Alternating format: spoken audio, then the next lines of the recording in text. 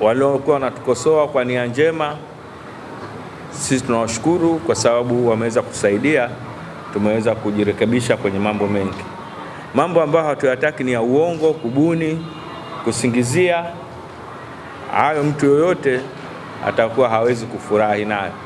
Alafu sisi tuko wazi, piga simu zetu, tunapokea, tunawapa ufafanuzi. Kwa hiyo mtu kutoka tu kwenda kuzungumza kitu ambacho hakiko sawa, sema kweli hamna binadamu yote mwenye nyongo ambaye ataweza kukubali jambo ambalo haliko sawa. Lakini niwapongeze sana. Sisi kwenye shirikisho tuna wadau mbalimbali ambao bila wao hatuwezi kuendelea. Tuna wadhamini wetu, tuna nyinyi wanahabari, tuna wanachama wetu. Nikizungumza wanachama wa TFF kwa maana ya mikoa yetu, lakini pia na vilabu ambavyo pia ni wanachama. Lakini pia kuna vilabu ambavyo sio wanachama, wanaocheza ligi ambazo sio za ligi kuu, lakini wanachama wa wanachama wetu. Wote hao wana support. Lakini pia tuna mdau namba moja, serikali, ambayo tunafanya naye kazi kwa pamoja, na hili liko wazi tu, bila kushirikiana na serikali hauwezi kufanikiwa, kwa sababu sehemu kubwa ya mipango serikali ndio inafanya. Kama mnavyoona sasa hivi tunapata support kubwa ya serikali kuliko huko nyuma, kwa sababu mahusiano yetu ni mazuri. Lakini pia kwenye mambo mbalimbali, kwa mfano program zetu za vijana, tunashukuru serikali yetu ina utaratibu ambao ni wa siku nyingi wa kuwa na mashindano ya shule zetu, kwa maana ya shule za msingi na shule za sekondari, ambapo ni sehemu ambao na sisi tunapita huko kuangalia vijana mbalimbali wanaoshindana kwenye mashindano yale, na tunawapata wanaweza kutusaidia. Mambo mengi tumekutana, tushaongea, tumeshaongea sana kwamba kwa nini tumepata mafanikio haya. Mafanikio haya ni matunda ya kwamba kazi zetu sisi tumezidocument. Hatuamki tu na kukurupuka. Tulitengeneza mpango mkakati wa kwanza, ilikuwa wa 2018 mpaka 22, lakini tukafanyia mapitio 22 pale, tukaanzisha tena mwingine 23 mpaka 27. Kwa hiyo mwaka 27 pia tutafanya mapitio, tutatengeneza wengine. Kuna mambo ambayo tulisema ya muda mfupi tuliyatekeleza, mengine ya muda wakati, mengine ya muda mrefu, yote tumeyazingatia. Na ukiangalia kwenye maono yetu tulisema kwamba hii ilikuwa ni 2018 wakati tunaanza kutengeneza huu mpango, kwamba tunataka tuifanye Tanzania. Tunasema, tuliandika kwa kizungu hapa, build Tanzania as a football powerhouse at every level.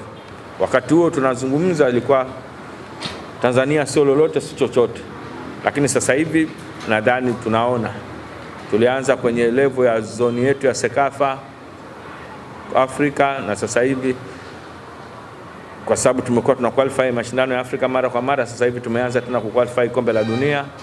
Kama mnavyojua tulishakwenda kombe la dunia 2023 chini ya miaka 17 Serengeti Girls, lakini pia timu yetu ya wanawake ya futsal ilienda tena kombe la dunia. Lakini safari hii tena Tanzanite Girls nao wameenda kombe la dunia, Serengeti Boys nao wamekwenda kombe la dunia, na Mwenyezi Mungu akitujalia kesho tuna mechi, tukishinda kwenda robo finali, tukienda nusu finali tayari, na maana Twiga Stars nao wataenda kombe la dunia. Na ni matarajio yetu kwamba tutajitahidi kwa burudani za Mwenyezi Mungu twende huko. Kwa hiyo ndio ambayo tunafanya. Bahati mbaya Serengeti Girls hatukuweza kupata nafasi kwenda kombe la dunia kwa mara nyingine, tulitolewa na Afrika Kusini, lakini AFCON hizi tunashiriki.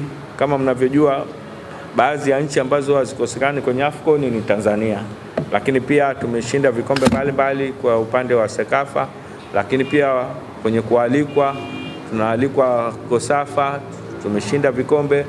Tumealikwa China under 12,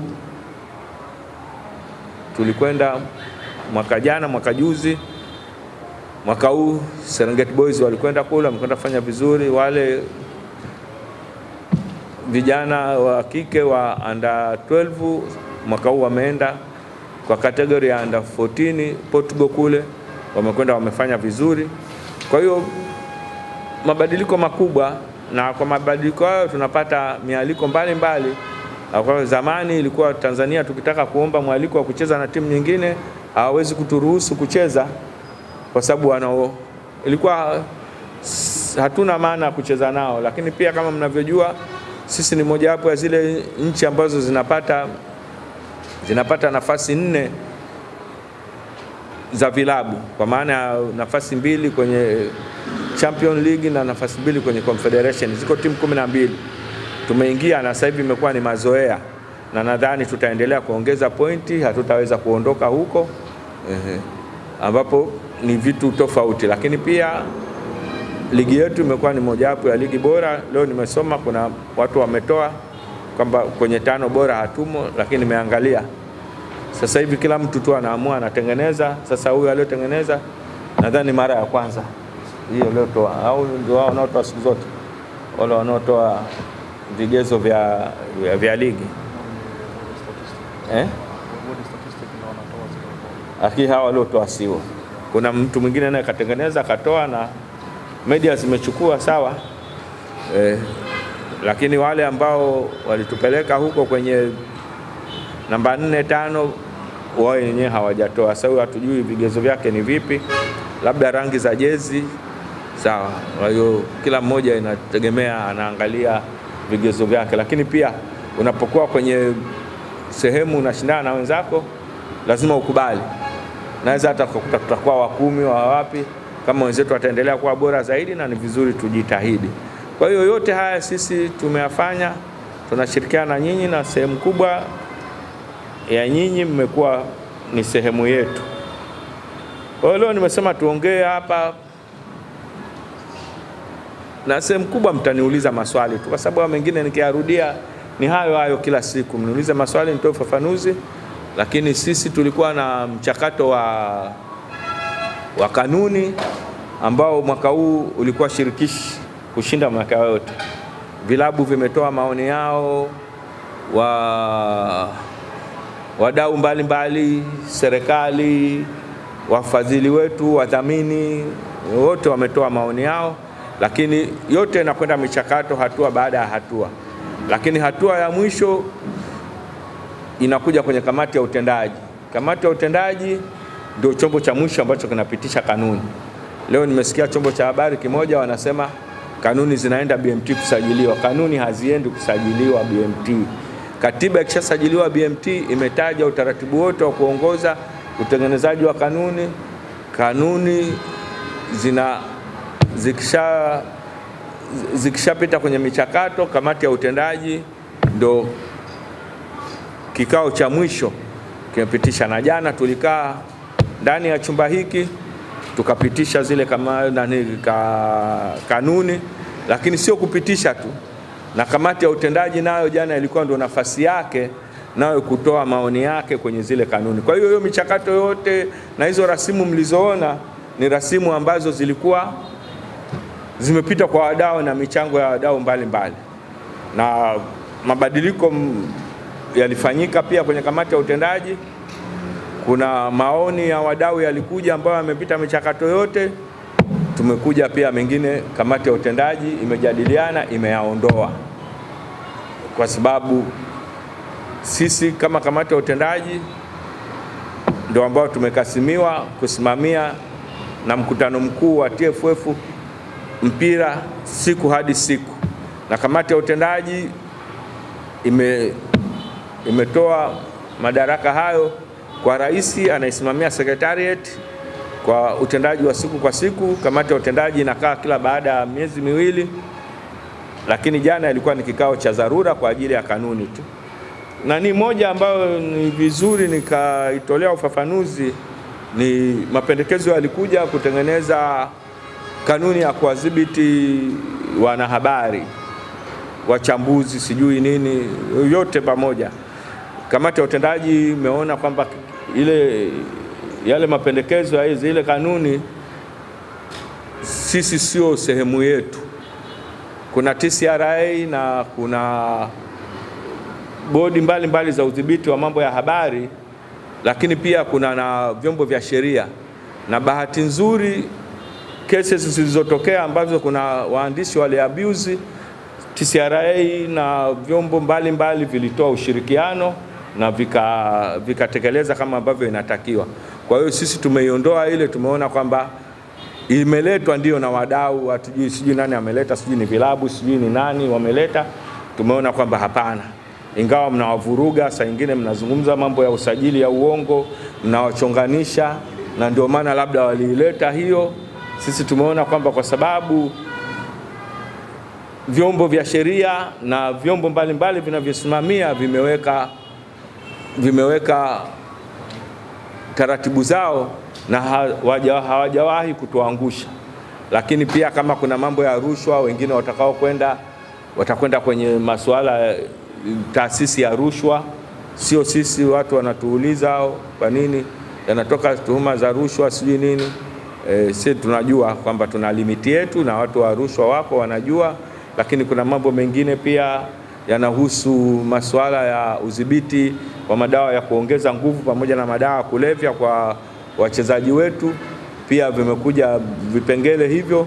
Sisi tumepitisha kwamba tutaanza na utaratibu wa kuweza kwenye ligi yetu kufanya utaratibu wa uchunguzi, lakini hatukuweka adhabu kwa sababu wako taasisi inaitwa WADA ipo Tanzania, na hiyo ndio inayotoa adhabu mbalimbali kwa watakaokutwa na hayo majanga.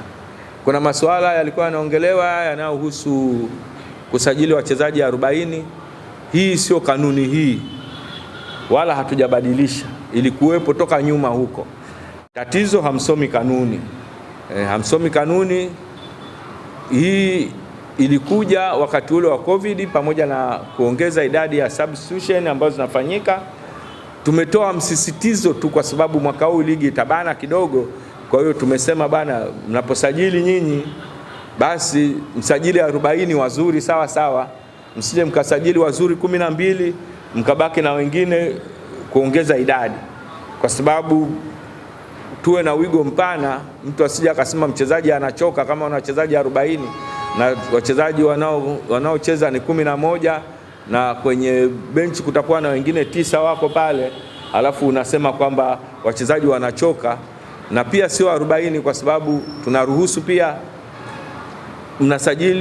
vilabu vinasajili wachezaji 25 wa under 20, na kati ya hao wanaruhusiwa kucheza, na kanuni inalazimisha kwamba angalau wawili wawe kwenye line up na angalau waweze kupata kucheza ikiwezekana hata 10%.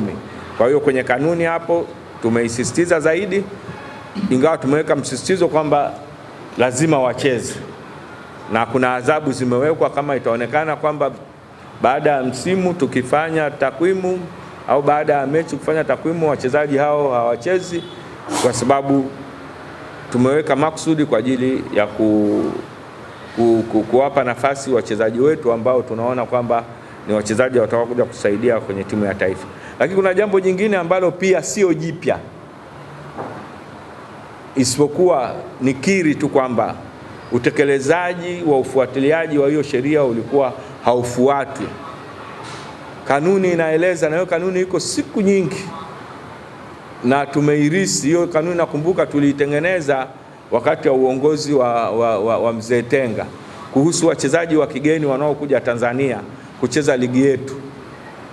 Kuna categories za nchi mbalimbali na wachezaji wengi hasa wanaotoka Afrika anatakiwa lazima atoke kwenye timu ya ligi kuu na awe ni mchezaji wa timu ya taifa wakati anaposajiliwa.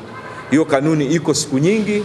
Tumesema mwaka huu tutaisisitiza tu kwa sababu kumekuwa na malalamiko kwamba wachezaji wanaokuja wa kigeni wengine wanakuja by the way tu kwamba mchezaji katoka huko, quality yake ndogo, hachezi timu ya taifa, anakuja anasajiliwa hapa lakini anasajiliwa tena anakaa benchi. Kwa hiyo tumeona kwamba hapana, lazima ile enforcement ya ile sheria ifanyike. Kwa hiyo tumeshaelekeza watu walioko kwenye system ya usajili, wakija watarudi background, watakwenda watarudi, wataangalia huyo mchezaji kama ni mchezaji mgeni, hayuko timu ya taifa, labda atoke kwenye ile nchi ambayo iko kwenye kategori ambayo kuna nyingine inaruhusu hata atoke kwenye ligi ya chini, sio ligi ya juu. Kwa hiyo yote hayo sisi tumesema kwamba tunazungumza kwamba tutafanya enforcement, sio kwamba kuna kanuni mpya. Lakini kwa sababu wenzetu nyinyi wengine ni wageni, wengine hapa ni waandishi wa habari, wakati Mzee Tenga anatunga hiyo kanuni ya wachezaji wa timu za taifa wa kigeni, hamjaingia kwenye habari, na bahati mbaya ajabu kuna wengine walikuwa hawajazaliwa. Sasa ndio inatokea hivi. Lakini unakuta kuna mijadala tena. Juzi kuna ndugu yetu Jamhuri aliongea, kazungumza mambo ya mwaka 70 na kitu, wengine hata huyo kaka yake Super Kiwelu hamkumuona kucheza. Amezungumza huko. Hivi leo naambiwa mimi naletewa email zangu zimejaa, naletewa mashtaka kumchukulia hatua Jamhuri. Hata wale wanaojua sheria kusema kuna sheria nyingine, kuna tukio limetokea lina miaka fulani hivi, hata kama limetokea ikana haliwezi kupelekwa hata mahakamani. Leo mwataka wakati huo Kiwelu anacheza huko, mimi nilikuwa nasoma. Leo nimekuja hapa mniambie leo ndio nimchukulie hatua, kisa kazungumza mwenyewe, kaamua kujilipua, muache aendelee. Kasema mwenyewe tuendelee, lakini halituhusu. Kwa hiyo msipoteze muda mwingi kujadili vitu ambavyo havina msingi. Vitu ambavyo vina msingi ndio tuvijadili, vinaleta. Kwa sababu sisi hapa ni binadamu, na sisi tunafanya kazi, lakini kutokana na taratibu.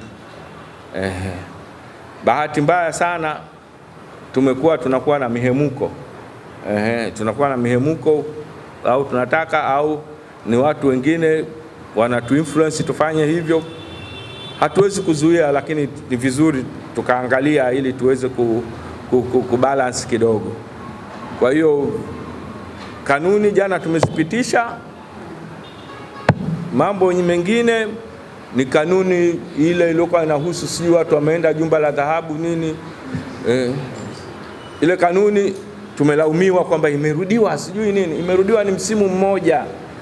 Ni msimu mmoja. Hawezi kukaa baada ya mechi tukatengeneza kanuni. Sasa hivi tumetengeneza kanuni. Kanuni nadhani imerudiwa. Adhabu mbalimbali za hela zimewekwa, lakini pia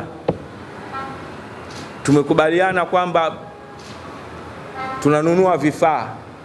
Kuna vifaa vya kudetect harmful gases. Tutanunua vifaa hivyo, vitakuwa vinatumika kwenye chumba. Mtu akikataa kuingia kwenye chumba, tutapima. Tukiona kwamba hakina matatizo, mechi itaendelea, matokeo yatabaki yale yale, lakini tunachukua pointi 5 kwenye mfuko aliona. Kama hana pointi 5, tutaanza na minus. Hilo tumeliweka hivyo. Tumewaita viongozi wale, wameitwa ili kuweza kupata kwa nini wanafanya na wanarudia. Wameeleza na tumechukua. Kilikuwa ni vikao vizuri kabisa, vimetupa mwanga. Kweli kuna vitu vinafanyika, ingawa pale tulishindwa, huwezi kuvidhibitisha kwa sababu hatakuwa na vifaa hivyo, lakini pia basi unatoka nje kabisa. Lakini pia tumeuliza ukaguzi unafanyikia wapi. Kuna vitu vingi tumehakikisha kwamba angalau taratibu zifuatwe.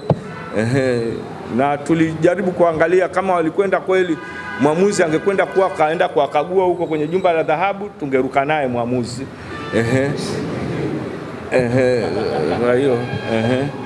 Kwa hiyo kuna vitu vingi ambavyo tunavirekebisha.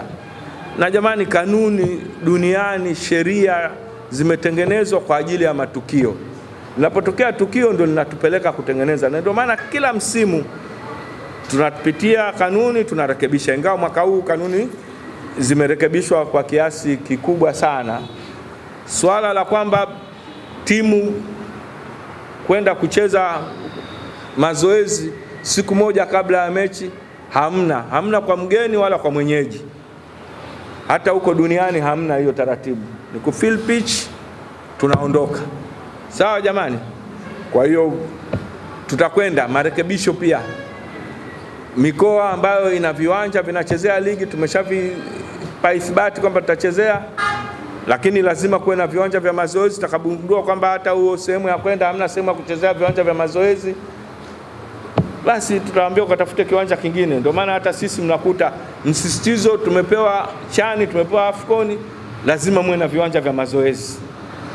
In fact niwaambie wazi kabisa, hili jambo la miundombinu mazoezi tulikuwa tunalichukulia, lakini mimi nilianza kulifeel kwamba ni jambo muhimu wakati tunatayarisha Afcon ya under 17 2019. Ndio nilikuja nikaona kwamba swala la viwanja vya mazoezi ni vya msingi sana, lakini kila mashindano yanayoenda, na ndio maana ukakuta tulitengeneza viwanja kwa ajili ya chani, lakini viwanja vya Afcon vya mazoezi navyo level yake yatakiwa iwe ni kubwa zaidi, kwa sababu hata wachezaji wanaokuja Afcon ambao wanacheza timu zao huko Ulaya, timu zao zikija zikuta kiwanja cha mazoezi hakistahili, watamzuia mchezaji wao asiweze kucheza. Lakini tutakwenda zaidi, tumerekebisha kanuni, ufuatiliaji mkubwa kwamba lazima klabu wewe uko ligi kuu halafu huna hata kiwanja cha mazoezi. Tutaangalia pia kanuni kuzirekebisha kuhakikisha kwamba angalau ambacho unakimiliki. Tumesema sasa hivi watatuletea mikataba tuweze kuona kwamba viwanja vya mazoezi viko katika hali nzuri, lakini tunapokwenda huko tunataka kila timu imiliki kiwanja cha mazoezi, na wengine ambao wataweza, wale ambao wameshaweza, ambao wanamiliki viwanja vya kuchezea, tunawapongeza na tunaendelea kusisitiza kwamba tutakuwa na kile cha kuchezea ni tofauti na kiwanja cha mazoezi. Lazima kuwe na kiwanja kingine cha mazoezi ukiondoa kiwanja cha mechi. Vitu vingi tumefanyia marekebisho, na kanuni hizo zitachapishwa, zitakuwa public au zitawekwa kwenye website au watashare na nyinyi kwenye social media zenu au WhatsApp group zenu, ili muwe nazo muweze kuziona, na wenyewe wadau tutawapelekea. Lakini pia kuna yatafanyika mafunzo mbalimbali kabla ya ligi kuanza ya kuhusu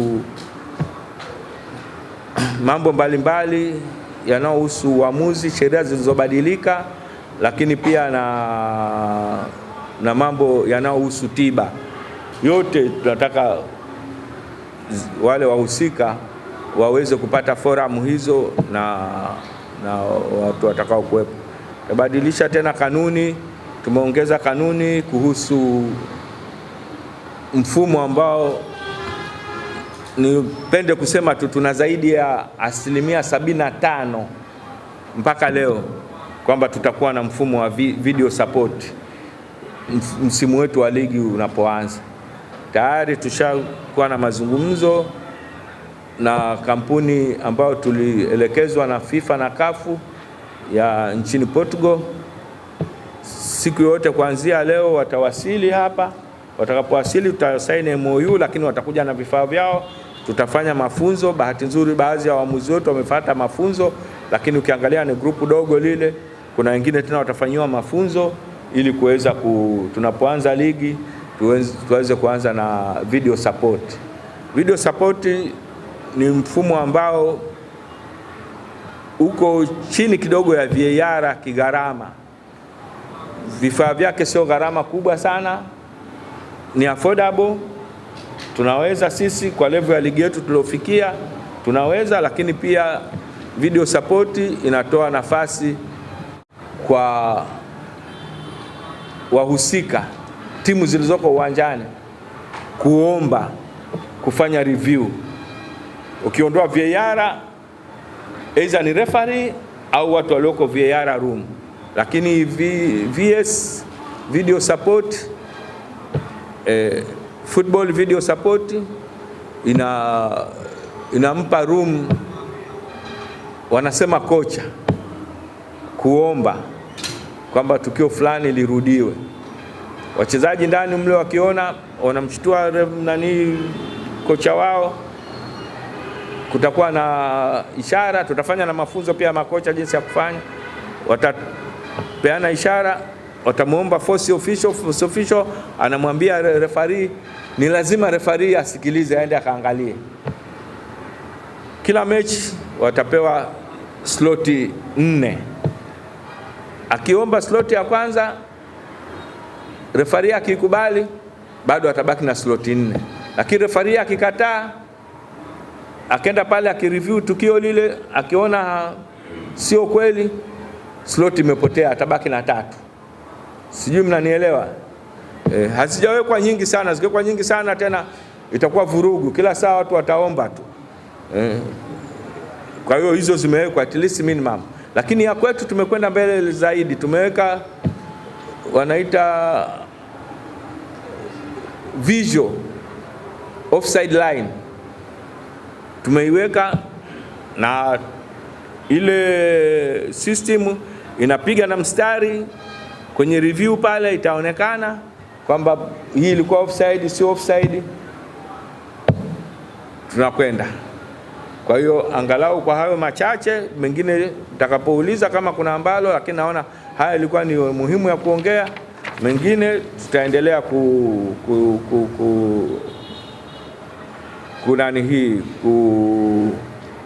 kuambizana.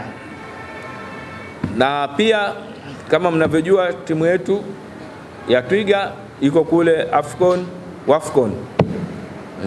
Nikisema Afcon nitasema ya wanawake, lakini nikisema Wafcon mnajua ni wanawake. Wako kule, kesho wanacheza mechi ya pili.